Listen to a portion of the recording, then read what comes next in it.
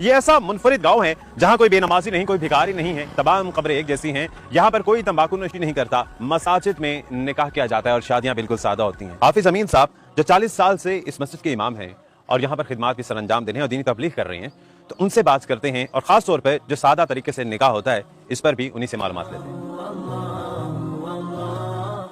कोई काम भी अचानक नहीं होता है, हर काम का एक पस मंजर होता है।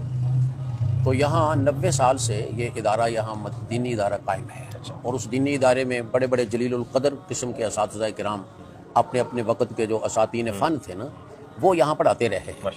तो चूँकि इस किस्म के बड़े बड़े अहले इल्म जहाँ हों वहाँ उनका एहतराम भी ज़्यादा होता है, तो इसलिए लोगों में एक तो दीनी शऊर पैदा हो गया उन उलमा के यहाँ दरस देने, जुमे पढ़ाने और इस किस्म के कामों से। दूसरा कि लोगों में उलमा के एहतराम का जज्बा पैदा हो गया। तो अब जब हम लोगों को कोई दीन की बात समझाते हैं तो वो उस पर अमल करने की पूरी कोशिश करते हैं। यहाँ पूरा गांव एक मसलक से ताल्लुक़ रखता है। मसलन पूरा गांव हर ज़िम्मेदार फ़र्द वो जाट होगा और अहले हदीस होगा।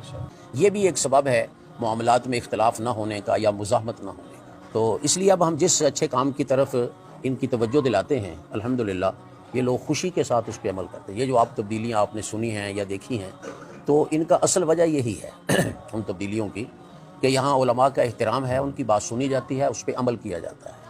सही। कभी ऐसे नहीं, मसलन आप देखेंगे हमारी सड़कों में कभी कोई मौसीकी नहीं चलती होगी, किसी दुकान पे नहीं, ऐसा शादियों पे भी ऐसा कुछ, शादियों पे भी नहीं और दुकानों पे भी नहीं, खा मोबाइल की दुकान हो वहाँ भी ऐसे नहीं होगा।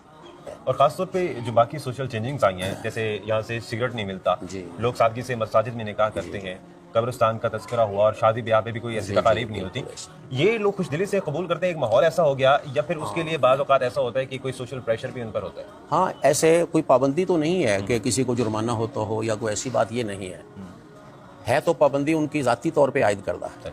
तो लेकिन कुछ ना कुछ अखलाकी दबाव ज़रूर है। मसलन हम ये कहते हैं कि अगर किसी शख्स ने शादी के मौके पर कोई फायरिंग की या अगर कोई शादी के मौके पर आतिशबाजी की, तो हम उसके निकाह में या उसके वलीमे में शामिल नहीं होंगे, बल्कि लोगों को कहेंगे शामिल ना हो। तो इस चीज़ का फिर असर होता है, लोग कबूल भी करते हैं। एक दो वाक़यात ऐसे हुए कि जहाँ फिर उन्होंने किसी ने गलती की तो उनके वलीमे में कोई भी नहीं गया, कम्मी तक नहीं गया, कुछ रिश्तेदार भी नहीं गए, उनको माजरत करना पड़ी। तो जाहिर है जब एक दफ़ा ऐसा हो जाए तो फिर सब लोगों को तवज्जो हो जाती है। इस गांव में फिर उन बेटियों वाले के लिए कितनी आसानी होती होगी जिन्हें जहेज नहीं जोड़ना पड़ता होगा, लंबे लंबे खर्च नहीं करने पड़ते होंगे? जहेज तो खैर एक कौमी हमारे सारे मुल्क में ही एक इलानत कह लें इसको, चाहे या यूँ कहें कि इसका गलत इस्तेमाल लानत बन चुका है।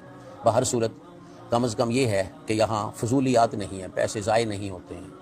शादी के लिए पैसे नहीं जोड़ने पड़ते होंगे? जोड़ने तो पड़ते हैं लेकिन ज़ाय नहीं होते। हाँ, ये भांड मिरासी और इस किस्म के लोग जो यहाँ बाद लोग मुजरों पे हज़ारों रुपए लगा देते हैं, ऐसी चीज़ें अल्हम्दुलिल्लाह यहाँ ऐसा कोई शख्स नहीं आता, अपने तरफ से ही नहीं आता।